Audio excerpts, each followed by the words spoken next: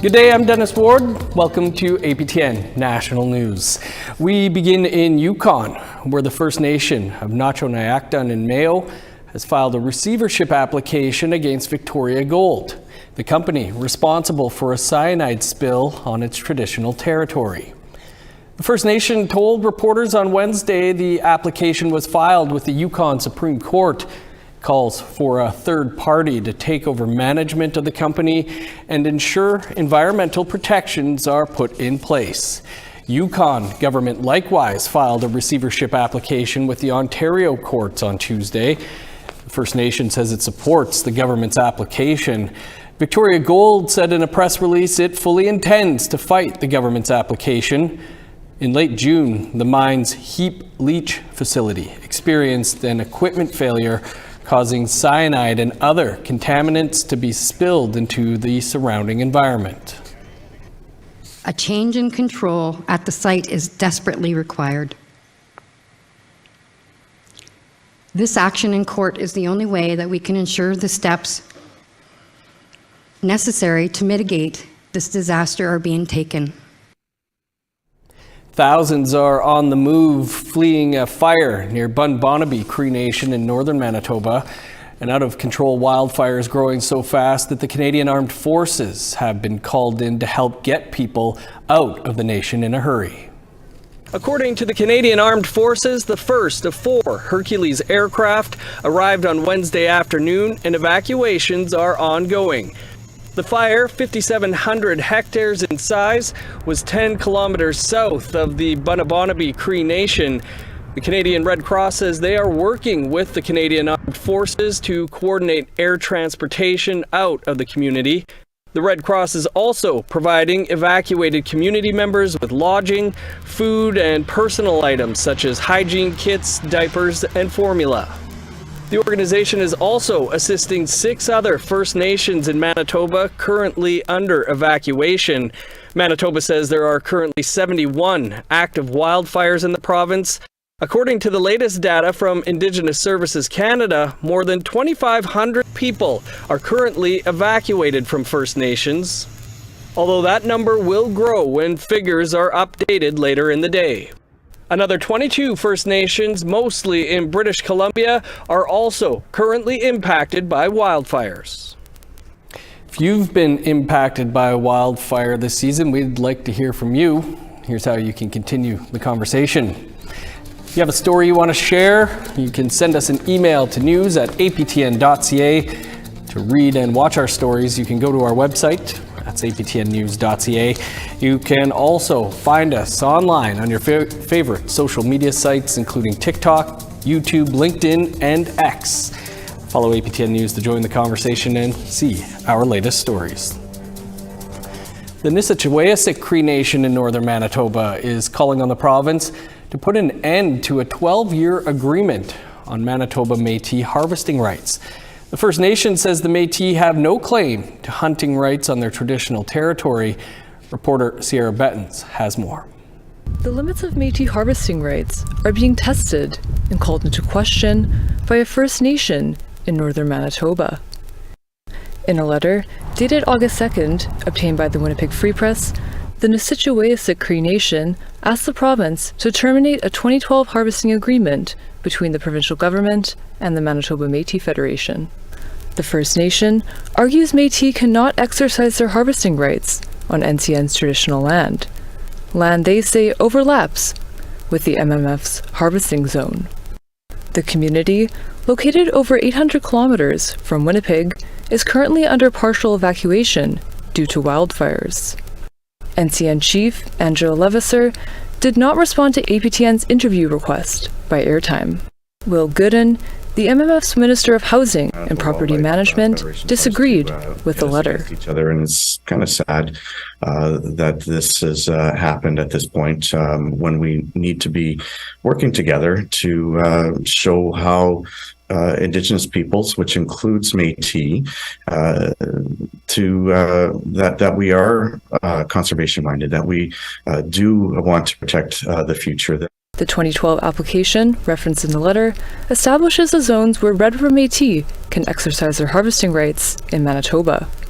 However, NCN says they weren't consulted before the agreement was put into force in 2012.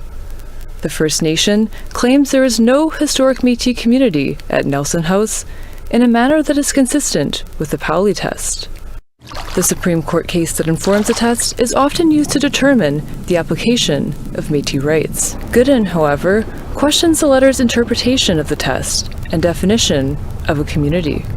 Community is a word that's can be used in many different ways. Was there a Métis community in that area? Absolutely. Was there Métis, Red River Métis, who used the area to harvest? 100%. But at the end of the day, I think what we're going to be getting at is how there's not a hierarchy of rights in the Constitution.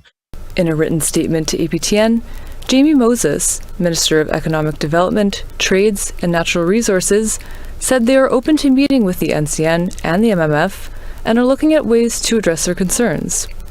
Gooden says the MMF hopes to sit down with NCN and the province to chart a way forward. As of Monday, Chief Levasseur told the Winnipeg Free Press she'd not heard back from the province. Sierra Buttons, APTN National News, Winnipeg. Métis Nation Saskatchewan is calling on the provincial and federal governments to stop the Fission Uranium Corp PLS uranium mine from going forward. The mine is proposed for Patterson Lake, located almost 200 kilometers north of La Loche. The lake is significant to the Métis for hunting, fishing, and trapping.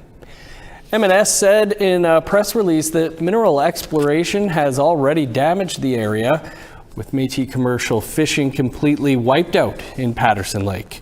Regional Director of M&S Northern Region 2, Leonard Montgrand, says they offered to collaborate with Fission, but the company rejected all efforts. M&S says they recently found out that the provincial government has approved an exploration program for the company, which will use heavy machinery, have 100 drill holes made in Patterson Lake, and create 45 kilometers of trail. Vice President Michelle Leclerc says if Métis rights under Section 35 are to be valued, governments must be willing to reject projects that harm Métis people. And in a statement to APTN News, the CEO of Fission Uranium said their approach to the project includes a strong focus on environmental stewardship and building mutually beneficial relationships with Métis and First Nations. The statement says the company has had ongoing engagement and executed numerous agreements with Métis and First Nations throughout the course of several years and will remain willing to engage with M&S to understand their concerns and seek solutions. A new Statistics Canada report looks at the well-being of Indigenous children in this country and how they stack up against other ethnicities. Using data from the 2022 Indigenous Peoples Survey, the report focuses on children aged 1 to 14 years old, who are First Nation, living off reserve, Métis, or Inuit. Our Sav Jonesa has more.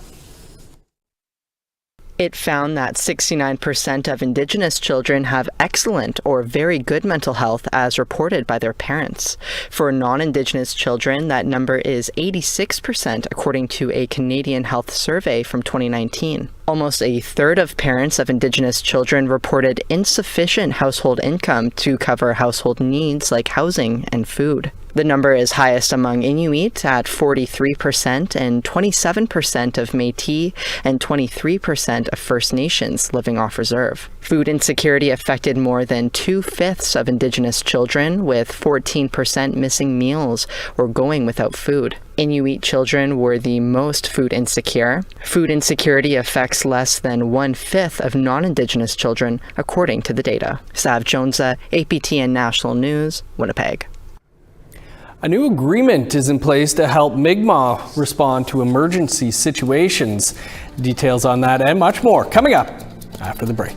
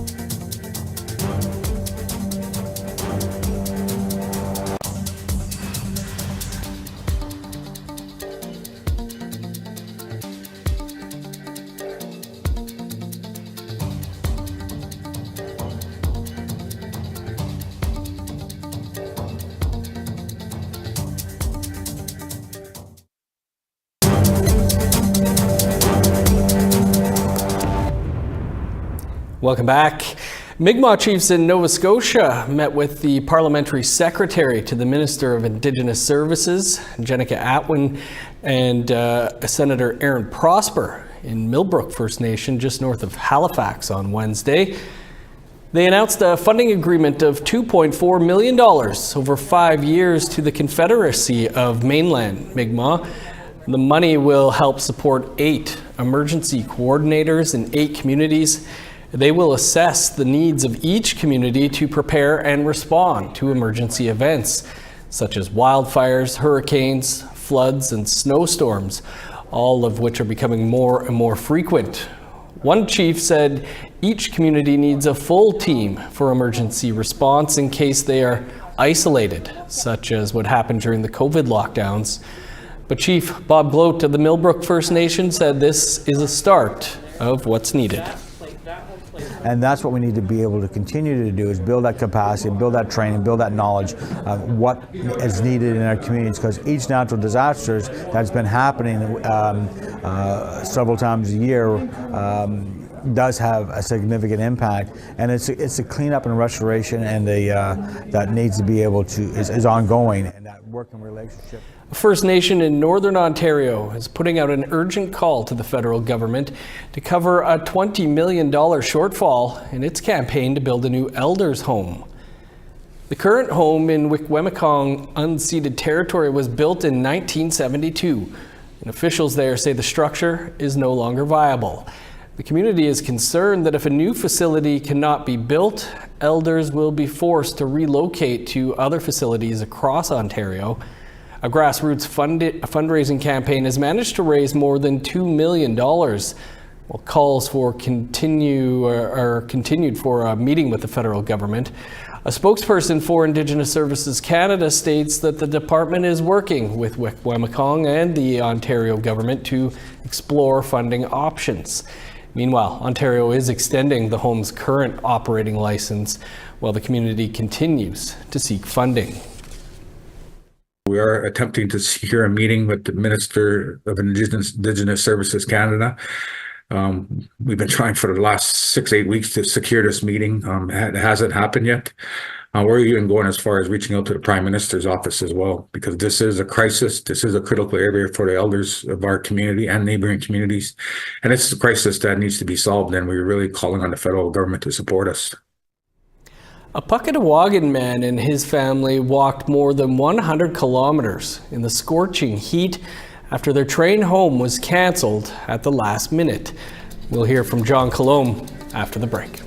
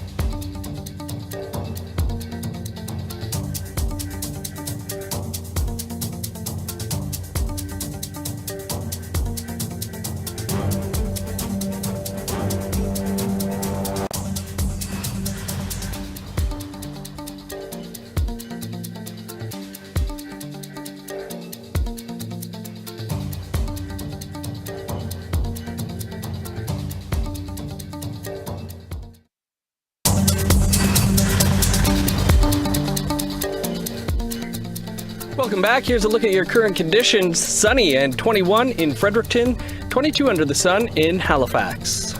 Smoky and 20 for Kuujjuaq. Cloudy and 11 in Nain. Cloudy and 24 in Montreal. Sun's out and 26 in Val-d'Or. Sunny skies and 21 in Sault Ste. Marie. 23 under the sun in North Bay. Sunny and 23 in Thunder Bay.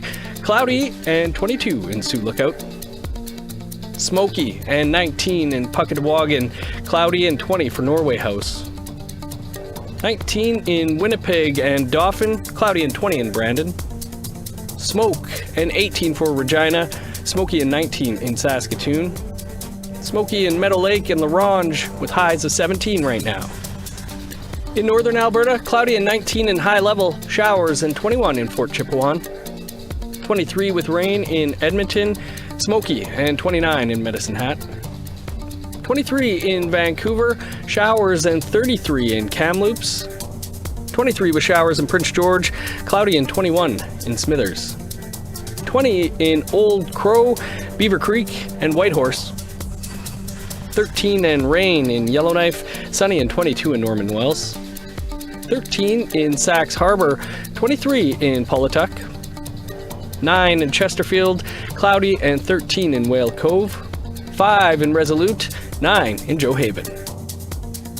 A Puckatawagan man is speaking out after he and his wife and nephew walked 100 kilometers to get home. John Colombe and his family walked in the blistering heat for 2.5 days after their train ride home was canceled at the last minute. And it's not the only time it's happened, says the leadership of Matthias Colombe Cree Nation in northern Manitoba. They're calling for the immediate improvement in customer service and more empathy from the three of the Northern Manitoba Railroad companies. Creason spoke with John Colombe on Wednesday. Thank you for joining us, John. Can you tell us what led up to you deciding that you would just walk home? I'd say it was brought on by the number of times that our train has been canceled in the past 4 or 5 years. It's been progressing to where it's becoming normal, maybe not to have a train every 2 weeks. They cancel one, and in that 1 day cancel, everything gets thrown out of the wheel doesn't turn properly, like our construction that's happening at the school, our water treatment plant, our lift station, everything that's being built in our community, it gets affected. Not only that, children go hungry. There's families here that depend on that train. They have their groceries shipped to them through that train. All our essential supplies that we need to keep ourselves alive during our life. When we get up in the morning, everything that has to do with living comes on that train.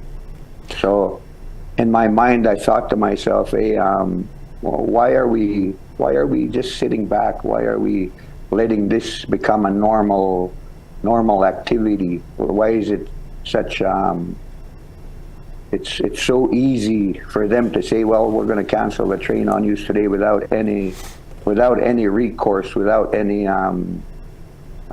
thought for the community itself, for the well-being of the community. They just sweep that aside and say, well, that's okay, it's only Puck. You know, it's that mindset that told me, well, here, John, you need to do something. Somebody's got to get up and say something. Somebody's got to try and show something to the outside world to see exactly how the railway company that operates our train treats our community. Like we're nothing, like that dust bunny under the couch that builds there and forgotten about. Nobody sweeps it. And yeah, no, such a huge disservice and such an important lifeline for you and everybody else there. What was that journey like? It's been very hot these past days. There's been fires up around that way. Oh yeah. It was such a roller coaster ride in our mind. It was 1 minute we'd be way up here saying, okay, we can do this. 15 minutes later, we're suffering. Our feet are hurting. The heat is beating down on us. We're trying to keep hydrated using beaver pond water just to cool ourselves off.